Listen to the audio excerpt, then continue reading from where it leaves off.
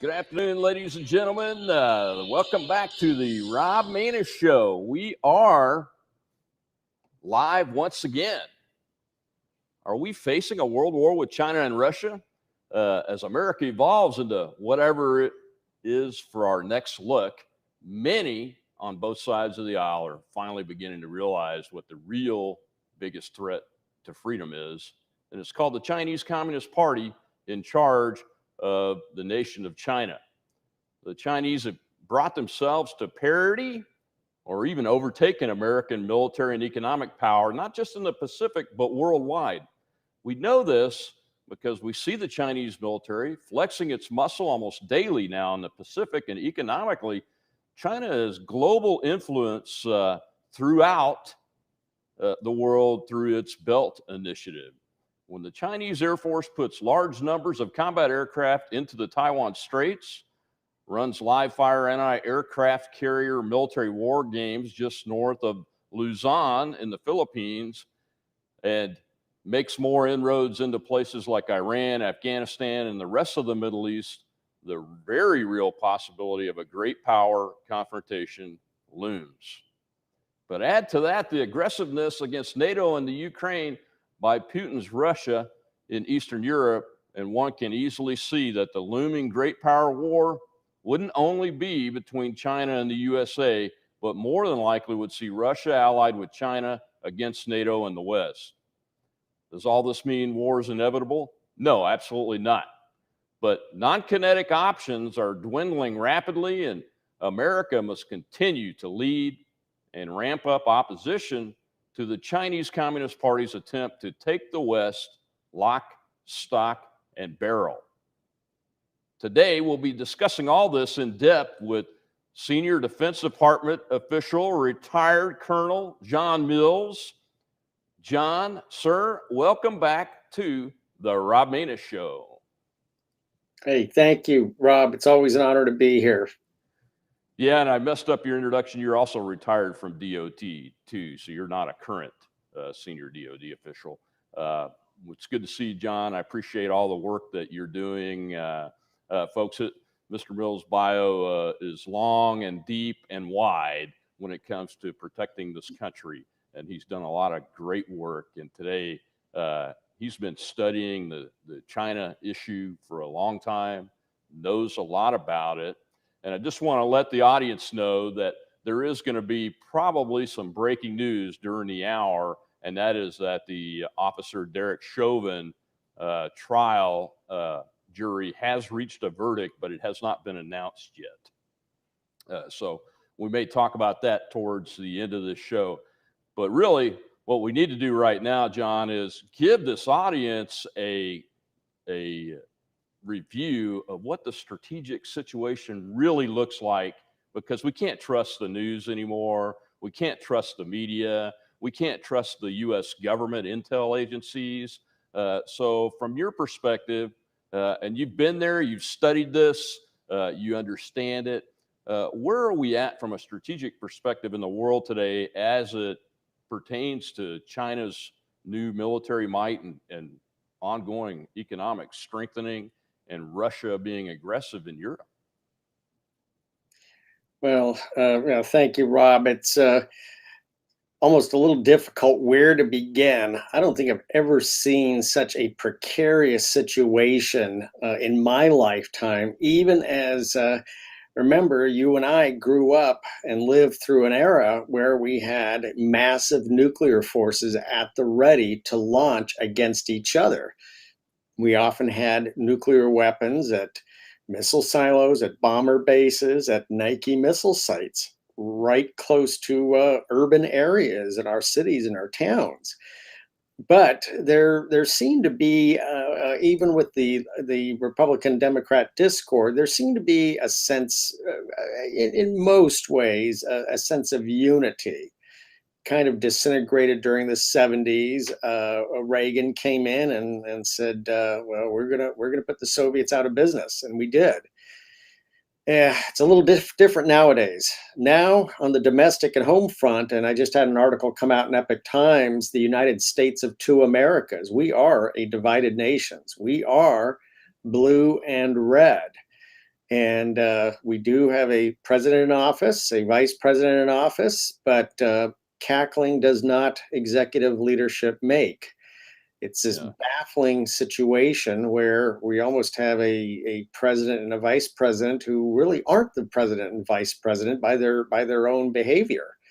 That's dangerous in today's environment. That sends a certain signal to the Chinese Communist Party. But not is all lost in the United States. I think we're, in many ways, it's really the governors that are stepping up.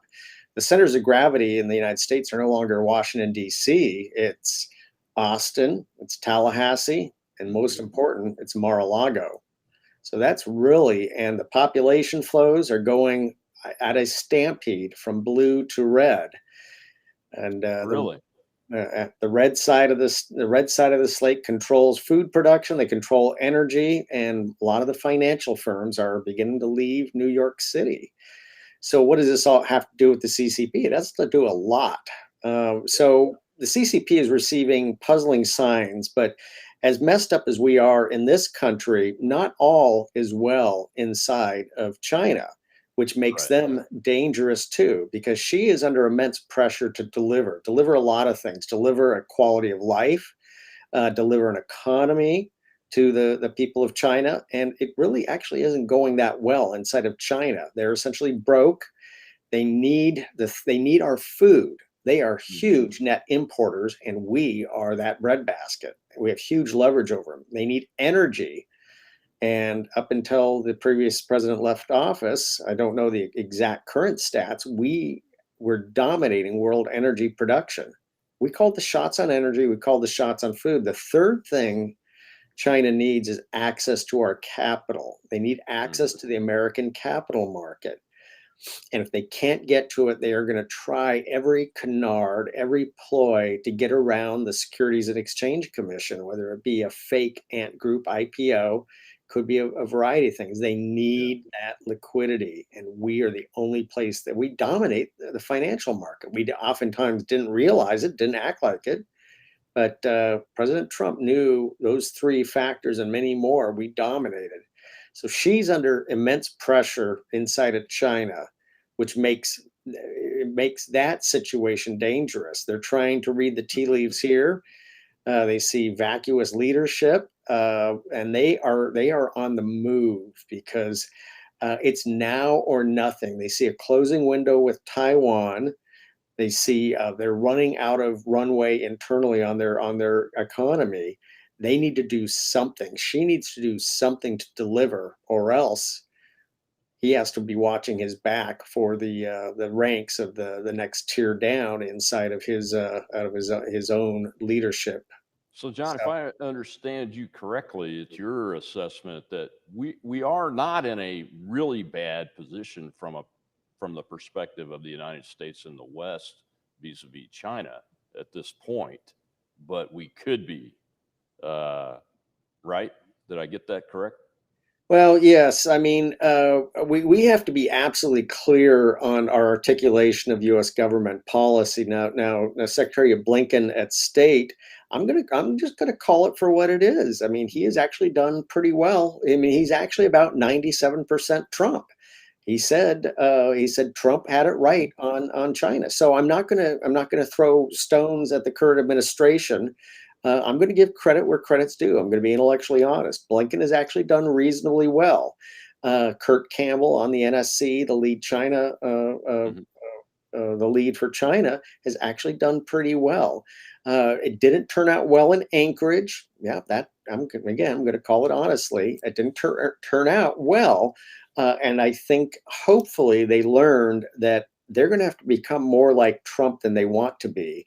Yeah. They said they were going to sand off the rough edges of Trump. They need to bring back the rough edges of Trump. That's what kept China at bay. And they know it in Mhm. their hearts of heart. They know it. They just don't know how to act like it. But Blinken has actually done reasonably well. Kurt Campbell's reasonably well. Eli Ratner, the advisor at DOD, is done reasonably well. But it's extremely dangerous. They're surging aircraft. They're surging, and as you know, surging the aircraft, it's all about aircraft maintenance. It's all about Yeah. logistics and maintenance. So either they have really good crews ground maintenance crews, or they have a whole lot of backup aircraft they can cycle through the process. I think they have more backup aircraft, really. Uh, Well, since they professionalized their armed forces, about 30 years ago, and got them out of the whole Communist Party issue from a warfighting perspective, not from a political perspective, they probably do have about 50-50,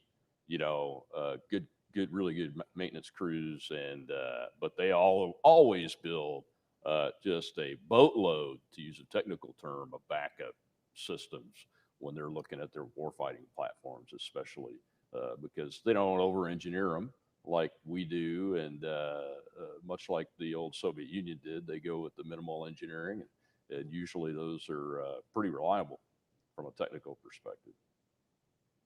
But John, you mentioned Secretary Blinken, and I agree with you. I think he's done okay. I think he was caught with his pants down on that meeting with the Chinese, as you said. He was surprised by that and caught off guard. I think his whole team was, because they just don't know how to act like realists when it comes to foreign policy, and hopefully they'll keep advisors on board and bringing some on board that can add that type of thinking to it, because it's real.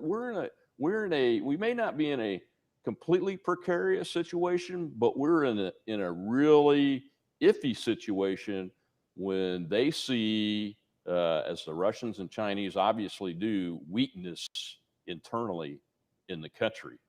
And you briefly touched on that, the red and blue states of America. That is true. As a matter of fact, I read your article, and I'm going to do a separate video editorial using your article to send out later this week on a pre-recorded live presentation, because it was so good. It reminded me of everything that we've been talking about the last few years. So I think they smell weakness. They see it, and you'll see with the Chauvin verdict, it won't matter whether he's found guilty or not guilty. It really won't matter. I think you're going to see violence in some major cities tonight. I hope not. But I think you're going to see it. And every time that occurs, then the Chinese and the Russians see it as even more weakness, and that's what concerns me. STRATCOM, the U.S. Strategic Command, that's America's nuclear forces command, actually put out a statement, and I'll paraphrase it, this morning, that said something to the effect of, we've got to be prepared to face adversaries that find themselves with no other option than nuclear weapons. This is a concerning. She and the CCP look at this as only one way: they win, we lose. They are going to retire us peacefully or otherwise. Nothing is off the table. I repeat, nothing is off the table. I'm convinced the original virus out of the bio lab at Wuhan, I'm convinced it was an accident. And I noticed CNN has just now, after over a year, has just come on board and said, yeah, it came out of Wuhan, but it was likely an accident. I think the initial release was an accident, but when they saw how much chaos and how much they feel, hey, we threw an election, hey, we essentially took down or destabilized the United States. Well, if we do that with an accident, well, what about if we engineer it? I'm convinced we're actually in a second, third, or fourth wave of an engineered virus. So nothing is off the table, and that includes nuclear weapons. And that's what is so most Americans don't get. This is not like the Soviet Union, who does seem to respond to force and does seem to respond to resolve, determination, and deterrence. The Chinese are in this to win. Okay, yeah. They lose 150 million. That's not even 10% of their country. We lose 150. That's everybody in Canada, everybody in Australia, and a good chunk of the United States. Yeah. Okay, everybody needs to take one thing away: nothing is off the table. And if that means nuclear strikes against American cities, against U.S. sovereign territory, Absolutely, because if they move on Taiwan, and I'm not actually convinced that their first move will be on Taiwan, it may be on the Philippines. If I was a PLA staff planner, do I want to try our first landing, a hostile landing on Taiwan, or do I want to pick a softer, easier target like the Philippines that essentially has no real serious standing military force? Yeah, I'd rather go for the Philippines. And is the world going to react if they just take northern Luzon or Luzon? Maybe, maybe not. But a bloody apocalypse on Taiwan, it's going to be bad. And remember, this is not about Taiwan. This stopped being about Taiwan 10 years ago. This is about essentially two things. One is essentially access to the electronic chips at TSMC, the world leader in production of trusted microelectronics and chips. And we're even having an economic slowdown in the United States because of the lack of those chips, much of which they come from TSMC in Taiwan. So this is about those chips. China desperately needs those chips. They blew 3 to 5 billion trying to clone TSMC with their own company called HSMC. It didn't work. It was a belly flop. And they just announced they couldn't do it, which is surprising. I've never seen a CCP announcement like that. So this is about access to the chips, and this is about securing, creating a forward operating base so they can go north against Japan, forward against Guam, which is sovereign U.S. territory, and the Northern Marianas, Saipan and Tinian, and go south. But again, if I'm a PLA planner, do I really want to make my first opposed landing against Taiwan, or do I want an easier target? Yeah, Yeah, it's it's Taiwan is Taiwan is interesting. interesting. I don't I think don't think most most people people really really understand what's happening with the background on that and why it's so key. What are some of the things that you're hearing from naval warfare planners and air planners and ground planners as to what makes Taiwan such a key piece to this? Other than they need the chip manufacturing, but they'll have to make the Taiwanese do that if they invade the country. But Well, is there some other reason why they really just need to get Taiwan fully under the Chinese Communist Party's thumb, so to yeah, speak? those days of the argument of reunification are essentially gone and over. The Taiwanese stopped feeling Chinese about 15 years ago, and the CCP always knew that once the majority of the population no longer felt Chinese, that they had lost it. And they make it very clear: we are not Chinese, we are Taiwan, we are Taiwanese. And that is Mhm. actually a different ethnicity, and there actually is a different lineage. And a lot of the legacy KMT have aged out, gone away, moved away, no longer in power. Mm. So a lot of those who came over with Chiang Kai-shek in '49, and they've intermarried, they've brought families back from other countries. So Taiwan has radically changed. It is a sovereign, independent nation and needs to be recognized as such, even though Yeah. it isn't in the UN. But yeah, China needs the chips, and if they demolish Taiwan, they won't have the chips. They won't have the Yeah. population. They won't have the chips. So there's another reason. Do I just want to take Taiwan by asymmetric means, or just Hmm. a fait accompli that, hey, Taiwan, it's your time to just give it up and come over to our side? Which, up until 5 years ago, they still had a very significant little green man force in the KMT, now the opposition party, Right. in Taiwan. But yeah, they need to take Taiwan, but they need to take it so they don't destroy it, and not because they care about the people. They don't care about the people in Taiwan. It's the landmass, it's the chip and chip manufacturing, it's being able to use it as a forward operating base for further projection. And that's essentially they want to essentially create a buffer, a periphery, just like the Soviets and the Russians always talk about periphery Right. states. They always felt an ownership of all those periphery states, and that goes back to czarist, pre-czarist times. Yeah, I think the term that the Russians use is called the near abroad. The ring of the Ukraine and those other states like Belarus and those kind of things. They always in Poland they always wanted to have that buffer zone, especially after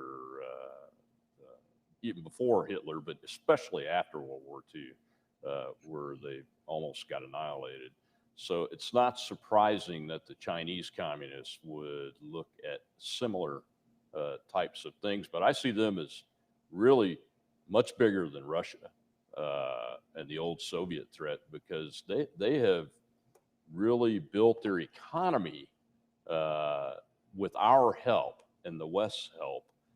You mentioned financial resources and systems, and that is, I think, what makes them such a large threat and an adversary. Not even a near peer, but a peer adversary.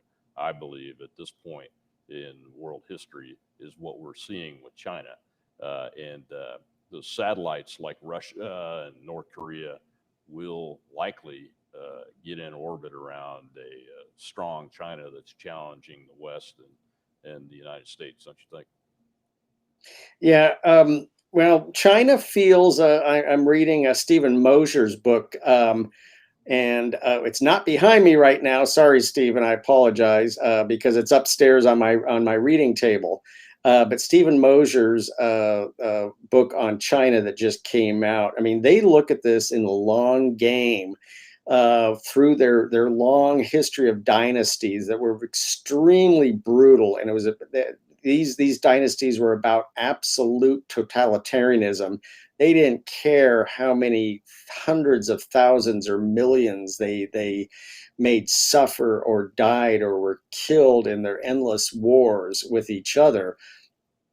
China, it's all about the Han imperialism of the core Han lineage, and I don't want to get too technical here, but again, the Han is the core ethnicity. Essentially, I think it's about 93% of China, but also there's an inner core of Han ethnicity. So this is all about Han supremacy, which is no different than Aryan supremacy during Herr Hitler's reign of terror. And this is what they're all about. Is they feel it's their day in the sun. They feel it's their turn to dominate not just the Pacific theater, not just the Indo-Pacific theater, but the entire world. It's everybody's turn to bow down to them in the world, and they don't really care how many people die to make that point. And again, Yeah. 150 million to them, not even 10% of their population, barely a little, maybe a little over if you're saying 1.4 is their current population, 1.4 billion. But I think that's a good comparison with Mr. Hitler, Herr Hitler there in the Nazi Party. I mean, the Chinese Hans have put up concentration camps and put the Uyghur population into these camps. So they're basically committing, well, they are. It's not even basically, they're committing genocide, in my opinion. And, they're threatening their neighbors. With all kinds of threats, not just military, but economic and doing that kind of bullying. So it's very, very similar track, except this is a nuclear armed state with sea launched ballistic missiles, intercontinental ballistic missiles, long range bombers, cruise missiles, stealth technology that they were able to get from us, nuclear warhead miniaturization technology, which is very important when reaching the continental United States from wherever they launch, that they got from us, thanks to President Bill Clinton and his administration. So that is a very, very risky situation. And then when you combine that with the internal problems the United States is facing, as I mentioned earlier, it really has to get your attention because our point here is, look, I'm anti-war. I think you are, John, and a lot of us that do national security, we are anti-war. We did and do what we do to prevent that type of great power conflagration, don't we? Yeah, absolutely. Nothing is going to come out of a good out of a kinetic conflict with China, especially when nothing is off the table. If it means nuclear strikes against sovereign U.S. territory, Guam, Hawaii, Alaska, the west coast of the United States, believe me, they will do it. And it'll be pain and suffering, which we have essentially never seen. So this is very concerning. We need to be on our A game. We need to deter, and Blinken's team and Kurt Campbell and the entire DoD need to be focused on deterrence. So any of this silliness of focusing on virtue signaling and social engineering and Yeah, turning little boys into little girls is not going to impress the CCP. So we need to. This is about a showdown, and the Chinese are willing to push it right up to the edge and over. So we better get ready. So yeah, talking about, we just got our tactical nukes back in the Tomahawks in our naval forces. God forbid we should pull those back as a virtue signal to the Chinese. That would be extremely bad. yeah, The only message they would take out of that is that we don't have the stomach to go to a showdown with them. And that is a very bad situation. So this is about classic deterrence, deterrence, deterrence, deterrence. This yeah, means we have to demonstrate resolve. We have to demonstrate strength. And anything else actually precipitates, accelerates the likelihood of conflict. So we have got to be on our A game. I mean, the hmm, last 2 years, the acceleration of the Chinese naval buildup has been breathtaking.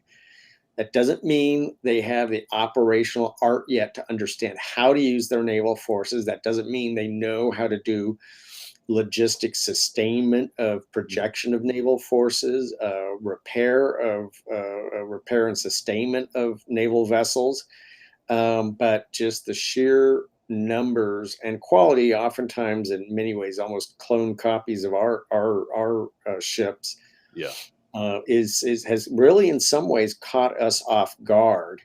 Even though Trump was pushing DoD, Navy just oftentimes, unfortunately, which is this is going to be a Navy and Air Force game. I'm Army. I was Army, but I'm joint. I'm purple.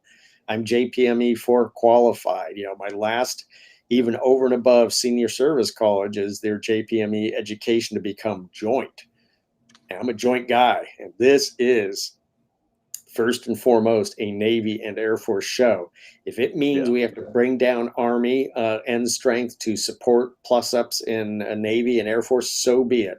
There's no law that says the Army has to be the largest by head count of the services. So if we need to do, or if we need to reflag Army units as being essentially naval units or Air Force units, if we pick a bunch of Army engineer units, essentially label them Navy and Air Force to make sure Navy and Air Force hmm, has the engineering capacity yeah. to maintain, repair, and return to service airfields, naval facilities, so be it. Well, But what do you think about, it is a time to show strength versus weakness, especially with the internal issues going on. Uh, what do you think about putting a so-called American tripwire force on Taiwan? That would certainly send a message, but you know, uh, maybe my history is keeping me from being as bold as we should be in my thinking here. But I'm afraid that would be a step too far as showing strength. What are your thoughts on that? Because I'm hearing some suggestions like that around yeah, that type well, of capability we proposal. we have it was called the Taiwan Travel Act, which some dismissed as just, well, it's just an act of Congress. Well, an act of Congress is still Mhm. actually effectively a U.S. law. So I don't think it should be dismissed. But the Taiwan Travel Act actually encouraged senior level travel of military general officers and flag officers, meaning admirals, to go back and forth for planning purposes and dialogue and engagement with Taiwanese. That's extremely important. We need to have the battle staffs talk to each other and coordinate with each other and walk through the different exercises so everybody knows who's supposed to be doing what. So when the bullets start flying, we've at least exercised staff processes. Very important. Yeah. So I think, and now there is, you have to, we ask that it not be really advertised. I think we essentially discourage US media from covering. But if you look hard enough, you'll find Asian media, so essentially basically out of Taiwan, small US units going back and forth, landing on Taiwan and actually doing training exercises. I mean, this is huge. This is historic. We ask that it be kept, just minimize it. We don't ask that it really be advertised, communicated as such. But this is ongoing and it continues this day. So, and again, oftentimes, and this is very typical, even though the Biden administration may have spoken ill of the Trump administration on many of their China things, it's very common. Once an administration sets precedent, it's a lot easier for the administration coming behind to essentially, even though they might have complained about it, essentially do the same thing because the precedent has been set. So those training and some kind of tripwire, in addition to the training, would make logical sense. Caching of small stocks of ammunition, having small units go forward on a rotational basis, starting to integrate into the Taiwanese plans. We don't want to make the mistake of South Vietnam and the Vietnamese War, where the South Vietnamese. I mean, what in the world should we fight for our own country for? We got this massive behemoth of the Americans, So we don't want to repeat that mistake. This is first and foremost a Taiwan battle. There has to be Taiwan skin in the game, but we also want to make it clear to them, if they fight for themselves, we will back them up. So that's very, very important. So yeah, some forward provisioning. But we've got to work. I was just looking at a map today on a project on just the atoll that runs essentially from the northern Mariana Islands. That's Tinian and Saipan, and that is sovereign territory down to Guam, which is a separate piece of sovereign territory. It's not the same thing, right? But then you keep on going on essentially that huge undersea mountain range. You hit Ulithi Atoll, which was essentially epic from the pictures during the peak of our naval buildup during the Second World War. As we move forward, see Ulithi Atoll filled with just hundreds and hundreds of combat vessels. It was the famous Murderer's Row, where you'd see these incredible black and white photos of 6, 7, 8, 9, 10 American and British aircraft carriers lined up, ready to move out on their next raid. So Ulithi Atoll is very important. And then next is Palau. And so we're working with Palau, we're working with Ulithi, we're working with the northern Guam and the northern Marianas to essentially reconstitute airfields, reconstitute capacity. And this is one of the most important things of a naval and air-centric showdown with China in the Pacific. It's all about essentially the ability to regenerate aircraft and ships in a forward area. So that means we need to return, we need to fabricate rapidly and deploy floating dry docks so that we can repair ships. We can bring a ship out of water and do repairs on scale. So we need to massively retrofit the harbor at Guam and also add the capability for over and above what it is now to repair battle repair ships forward. We need more airfields. We need dispersion. The key thing is dispersion. It's a forgotten art form ever since the peace dividend. You see all these American aircraft at these bases, they're all lined up wingtip to wingtip. I thought we learned our lesson at Pearl Harbor. Well, we didn't.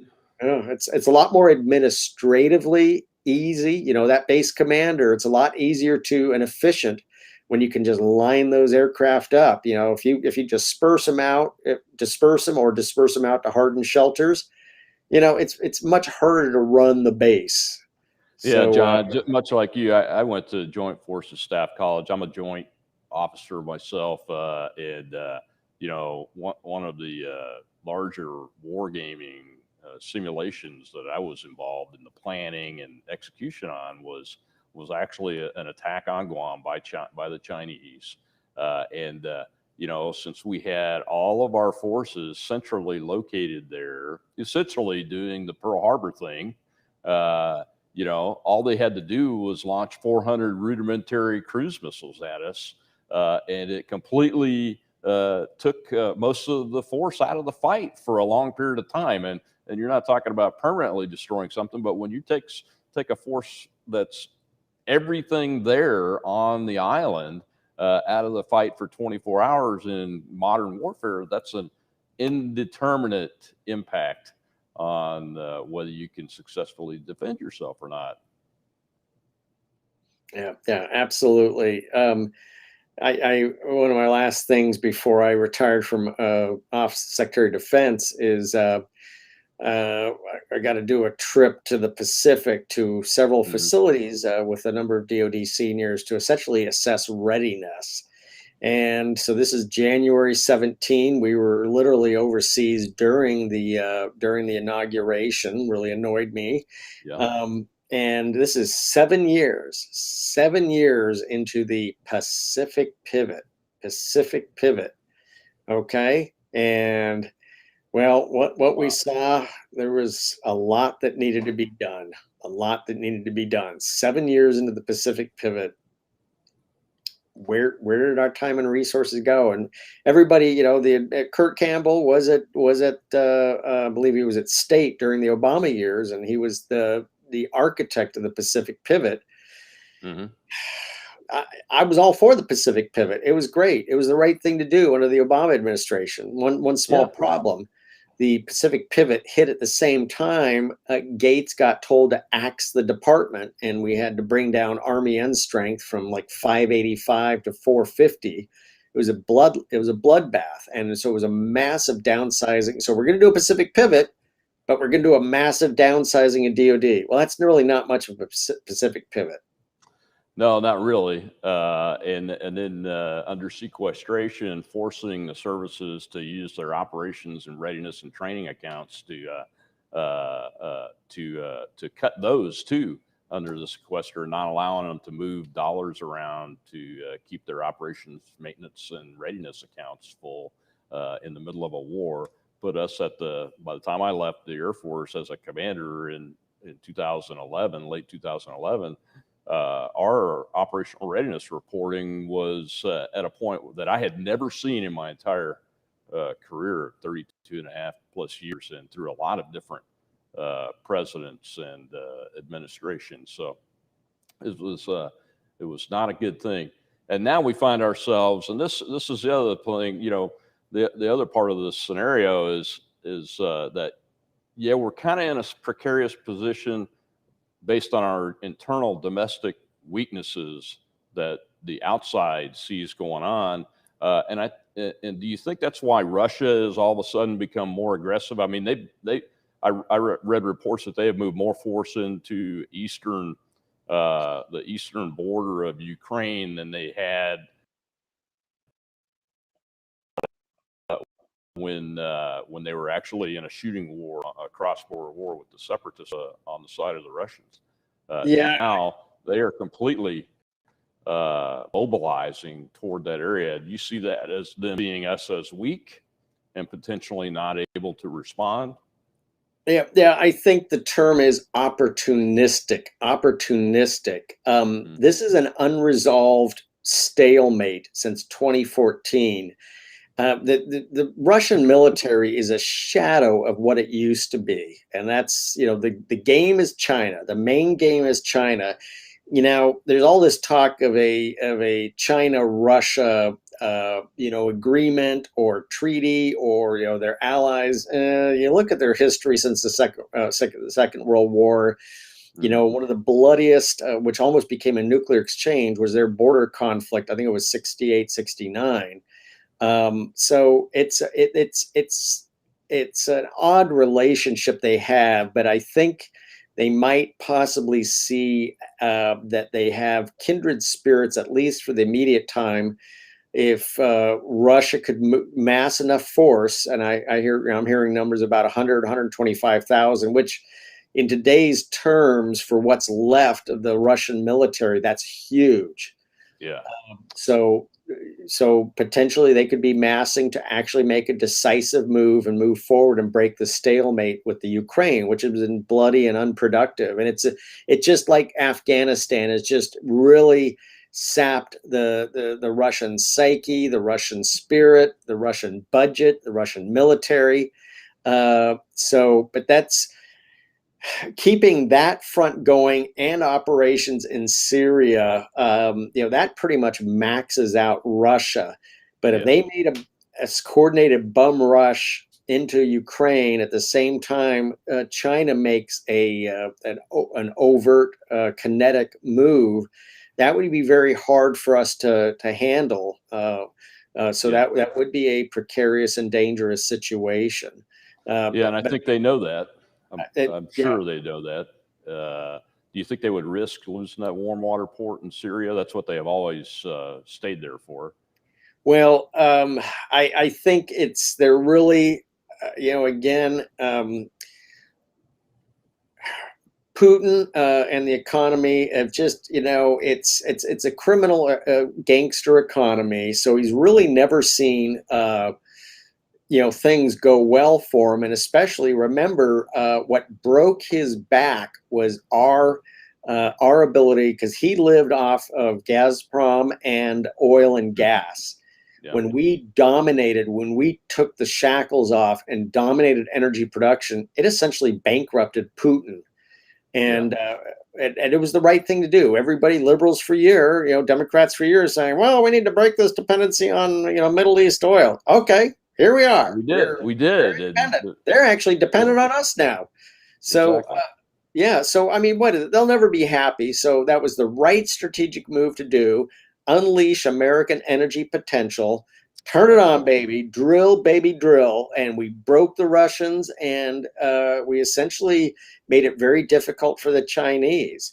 So, is there a possible coordinated push? We'll see. I don't put a whole lot of merit in this conjecture of a strategic treaty between the two of them. These treaties never totally work out with the Axis powers. They can't do a whole lot for each other. But if they just, if nothing else, agree and have a head nod is they both surge at the same time, that would be rough for us. I'm an optimist. I think even despite our domestic chaos, I think we will. I think we can handle it. But I think we would need to talk about the 25th Amendment and putting somebody serious in office, not somebody who doesn't know where they are and somebody who cackles a whole lot. That kind of puts us in a bad position because they'd have to 25th Amendment both the president and vice president, wouldn't they? Yeah, I mean, I'm sorry. Put somebody serious in. Maybe that was an inappropriate shot, and I don't mean for that, but I mean, come on, it works both ways. I mean, President Trump couldn't hold a glass with one hand or chose to use two hands and a glass, and everybody was running around shouting 25th Amendment. I mean, come on, there's just no moral equivalency here. Something needs to be addressed there. That is a very serious matter. Okay, well, six Republican states certified votes that they probably shouldn't have certified. I hold those Republican states accountable. I don't hold Biden accountable for that. Those were 6 Republican states that could have done the right thing. Pence could have done the right thing on the 6th of January. He choked. So he did. It is who it is in office right now. That's exactly right. And that's what's led us to this internal strife increase, really. I mean, I think a lot of people were being told, you need to vote Donald Trump out because he's destroying the country and blah, blah, blah. And the exact opposite has happened. Biden goes after energy independence. Boom, we're done. Kills 11,000 American jobs with the XL pipeline cancellation. Boom, we're done. Canada is purposely bumping up the price of lumber. It's tripled since January, I believe, because they're not happy that Biden shut down the XL pipeline. That directly impacts tens of thousands of jobs in Canada. So just the energy independence piece of it took an arrow out of our quiver, so to speak, to keep things at a peaceful level. And that's what I'm concerned about. Well, a number of the Democrats run around shouting Putin, Putin, Putin, Putin, and these are the same folks that during the Cold War, every time we wanted to point out Soviet intrigue, Soviet treachery, or they said, well, there really is no, it's just like Antifa, it's just an idea. They really aren't that bad. These are the same folks who lectured us over and over again that there really was no Soviet threat during the Cold War. Now that the Soviets collapsed and are just a vapor of what they used to be, they want to run around shouting Russia, Russia, Russia, and ignore China, China, China. And I'm saying, well, if you guys hate Russia so much, number one thing you could do is let us produce energy, and then you'll really knock out Russia. So what do you want here? To them, Russians are behind every tree. They're the source of all evil. China is just misunderstood. Well, okay, then ramp up energy production if that's the case. That's exactly. Do the right things for the American people. I mean, Putin out of business, ramp up energy production. I am just completely. I am flabbergasted that the Democrat administration keeps doing things that are so unpopular with the American people. The energy independence was hugely popular with most of the American people. Right. When you don't win Americans, when you don't win the vote, you still achieve victory, you can do whatever you want. You're exactly right. And there may be folks out there that disagree with John and I, but you know what? 51% of Americans, 51 American voters believe that the presidential election was stolen, folks. There's not much you can get around that, because that's an increase from 47% in late November of 2020. That means that the American people, in their wisdom, have been looking at the facts, what few facts have been coming out, and what they can identify as facts outside of all the propaganda, and they're going, wow, I think something did happen. And that's just not Republicans. Yeah, it may be 74% Republicans, but you're talking about 57% of independents that believe that, and over 30% of Democrats believe it. And that is causing huge amounts of internal strife. It resulted in a military occupation that continues in our nation's capital.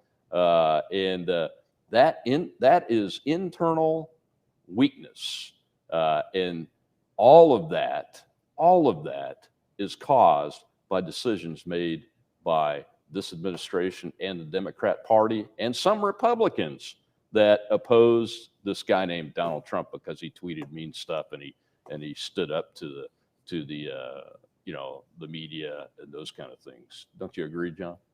Yeah, Fort Pelosi is just shameful. It is embarrassing to see Washington, D.C. The story on what happened January 6th has just been so just incredibly twisted. It is just disgusting. And if anybody's intellectually serious or intellectually honest, they should be ashamed of themselves for politicizing. I'm sorry.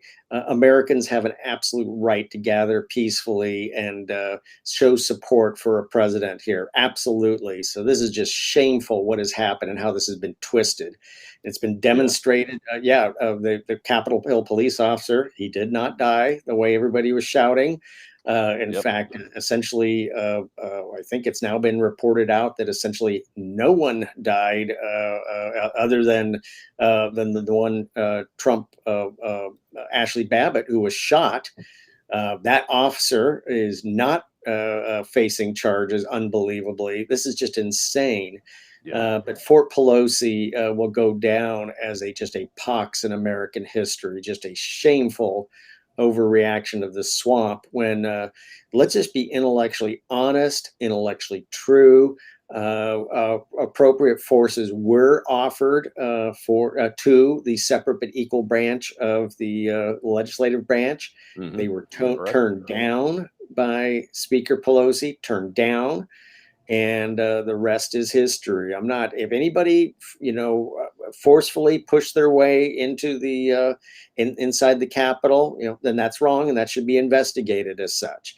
But most of it was not as it was displayed and articulated in the media as some kind of white separatist riot. There was a huge amount of diversity in the audience, huge amount of diversity. So if that's the case, there was an awful lot of non-white people who must have been in on this white conspiracy. Well, there were a lot of non-white people, and one of those non-white people was a guy named John Earl Sullivan. And folks, I see the back and forth about the Capitol riot on January 6th between the left and the right in the comments. And I'll just tell you, here's the truth. The truth is there were leftists, what's called agent provocateurs there. We have John Earl Sullivan from Utah, black man, on video urging people to break into the Capitol right at the balcony on the west side of the Capitol, where you see the steps and then the balcony for the speaker and those kind of things. He's right there. It's on video, and he's been arrested, and he should have been arrested. He was arrested and released right away, and CNN and another media outlet, paid him $70,000 for the video because he was right where Ashley Babbitt was murdered. And I use the term murdered because we have eyewitnesses. I've interviewed one, a gentleman named Taylor Hanson a few weeks ago. You can find it on my Rumble channel, The Rob Maness Show. It's a great interview, John, and he was right there. He's an independent journalist standing almost next to John Earl Sullivan, the Antifa BLM provocateur there. And they saw that Ashley Babbitt made no verbal threats, made no physical threats towards the officer that shot her, and the officer gave no verbal warning, and neither did any of the 6 officers within arm's length of Ashley Babbitt give any warning to anyone that deadly force was about to be used. It was a bad shoot. It was a murder, and the man needs to be held accountable. Just like this officer Chauvin here, people think he's being held accountable right now. Just having to go through the trial is some accountability. We'll see what the verdict is, but I agree with you. It wasn't an insurrection. It was a riot. There were Republicans there. There were Democrats there. There were anarchists there. There was one guy carrying a Confederate flag, so I guess there was a KKK guy or something there, but it was all American, all races, all genders, and the only person that was killed by that riot was by law enforcement in a bad shoot. She was murdered, and she's an Air Force veteran, was very loyal to her country, and what she was doing was what she thought she should be doing, which is supporting and defending the Constitution of the United States. And that's what we all ought to be doing, don't you think? Yeah, absolutely. Yeah. The audience, the Trump supporters, very diverse, an incredible outpouring of support. That's absolutely lawful. And to characterize this incredible outpouring of such incredible diversity of support for their candidate, their president, all of us. He's the president of all of us. That's absolutely lawful, and it's just despicable that it should be displayed as anything else. Now, again, if there was somebody forced their way into the Capitol building, doesn't matter whether they were a provocateur or a Trump supporter. Doesn't matter. Mm-hmm. Right. They need to be held accountable, and we need to investigate that. But we need to be honest throughout, and intellectually consistent throughout. And most of this was essentially a fraud perpetrated and ran with by the media. Shameful. The country it'll take decades for the nation to recover from this shameless politicalization of a lawful gathering. It's just despicable, and you can't let the politicians off the hook, because there were politicians in the Republican and Democrat Party that also have run with this lie, and it's an outright lie. There was no insurrection. There was no sedition. the two groups that have been blamed for it, Proud Boys and the Oath Keepers, nobody has been charged for conspiracy, sedition, or insurrection, because they were talking about defending themselves from Antifa people in their text and Facebook messaging threads and WhatsApp threads. I read one of the charge sheets that showed those, and they weren't out there doing that. And I've worked with both those groups before in the past with them securing events that I was at, and haven't ever seen any of these kind of things. Now, were there people that broke into the building and used violence? Yeah, every one of them needs to be arrested, charged, go to trial, but they shouldn't be being arrested if it's just trespassing and then being held without bail. Like, I think there's over 300 people in the United States of America. Some have cancers, one's a pregnant mom, all kinds of people that basically just walked into the building that are being held without bail. And you see that kind of treatment, and then you see the treatment from the Black Lives Matter and Antifa terrorists, the terrorists that have been raging in this country since May 26th of last year and causing billions of dollars in damage, killing almost 40 people, injuring more than 700, many of those police officers. And what happens? The current sitting vice president of the United States does advertising to do fund drives to get them bailed out of jail, and they get released, most of them without any bail. And they're gone. And they're gone. You haven't seen one trial. You haven't seen any trials for them. You don't see any of those guys and gals being held without bail. And heck, they even took the climate change wacko guy with the Viking hat, the horns and stuff on, who didn't really cause any trouble other than to walk into the building and make a speech right in front of police officers with their help, as a matter of fact. And he is still in jail. And that's political prisoners, folks. I never thought I'd see it in the United States of America on a scale like this. I mean, every country probably has some, but and that's weakening us in the eyes of China and Russia and North Korea and Iran and Syria. And that's really, really out of bounds. Yeah, absolutely. We need it's going to take decades for the nation to recover from that. So with one arm, we gotta handle the domestic situation. With the other arm, we gotta deter and hold off the Chinese and the Russians. So we can do this. It's going to be difficult, but we can. It will be difficult, and keep in mind, ladies and gentlemen, my friends, when somebody like Mr. Mills comes on and spends an hour talking in detail about what is happening and what has happened, he is not some political pundit. He's a national security professional, and as am I, although I've done politics too, running for office. So, you need to fact check me, fact check him too, but the facts matter. And the fact is, the United States has caused its own weakness internally, and we have a president and vice president that are not helping the situation. Hopefully Blinken at state and DOD and the National Security Council will continue to do the right thing and do even more of the right thing, John, and we'll stay out of any kind of shooting war and those kind of things, because it will not be good for anyone if we let deterrence fail, and we could have stopped it, in my opinion. Well, John, thank you very much. Doesn't look like we've got the breaking news yet of the Chauvin verdict. So, folks, stay tuned for that. And we appreciate retired Colonel and retired Senior DOD official John Mills coming on. John, how can folks find you on social media and follow you? Okay, yeah, thank you, Rob. I'm Colonel Rhett John on Gab. As soon as the Lindell website is fully up and running, I'll be on there. It's been a little choppy, but hey, massive deployments of IT like this, always a little choppy. But also, you can find me on the 9milgroup.com, which tells a little more about all my activities. The number 9 MIL group, 9milgroup.com.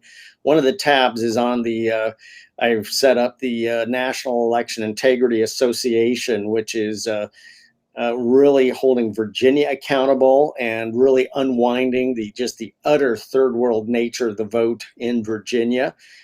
People are squirming. They're squirming on both sides of the aisle. The Democrats have pulled a fast one, and the Republicans, well, they didn't pull a fast anything. They seem to be very happy that they're losing for some reason. So I'm unwinding that, and we're actually going to be coming out with a major nationwide, essentially a way to help out at the tactical level. Because this election, in the end, again, I don't blame, even if there was corruption here, even if there was fraud. In the end, it was 6 Republican states that allowed these electoral votes to go forward. So I really don't get mad at Biden, get mad at 6 Republican states, but I have just been overwhelmed by outreach from so many tactical workers who want to know how to retake. And it's all about the county. It's all about the county and the state. This American voting, unless God forbid HR 1 passes, which we don't want it to pass, is really a county, and really even once it gets to the state, it really starts at the county. So patriots, if you don't decisively understand your county and know all the details of how the vote should work in your county, that's where it all starts. So don't come up with a master plan for the universe if you don't know about your own county.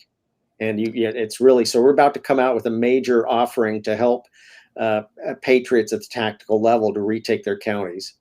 Oh, that's fantastic news, John. Thank you for revealing that to the audience, because yeah, as you can see, I have left and right and middle folks in this audience. And you know what? What's important, folks, is not that Biden won, Trump lost, or Trump got stolen, or whatever. That is important, but the most important thing is that you, as citizens, take action. We have seen success in Georgia on the voter reform laws. Don't listen to the president of the United States or Ms. Abrams talking about Jim Crow laws. I helped defeat the last Jim Crow law down here in Louisiana a couple of years ago, along with some great Democrats and independents. We removed it, the last vestiges of Jim Crow law. There is no Jim Crow law in this country, and don't listen to those people. That is election integrity law, and it's got to be done. I just heard before we came on that Montana has passed 2 election integrity laws, and every one of those 6 swing states, if the legislature doesn't pass integrity laws, ladies and gentlemen, you need to throw them out. Get that they're going to get thrown out. And that depends entirely on you, your vote, and your activism.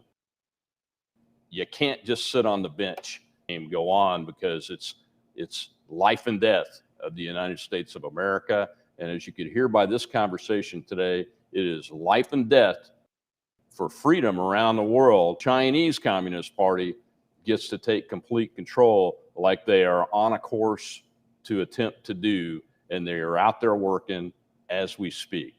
Well, John, thank you very much. I appreciate it. Stay with me for a second, John. I'll be right back after my outro, and we'll talk. Ladies and gentlemen, thank you very much for joining me today. Retired Colonel Mills is a great American, a great patriot, and he just tries to tell the truth. That's what we all want to do, is tell the truth. Tell the truth. You know, if somebody's a racist, yeah, tell the truth. But if everybody's a racist, then nobody's a racist, and that word becomes inconsequential, like it is to me right now. It's inconsequential. I don't care. I have a record that proves that I'm not. I'm going to keep doing what I think is right and pushing for what I think is right. And that's what you need to do too. And I do appreciate y'all coming on. Please share the video when it gets published out on Thursday, and look for more video editorials from right here, the Rob Maness Show. And I'm Retired Colonel Rob Maness, signing off.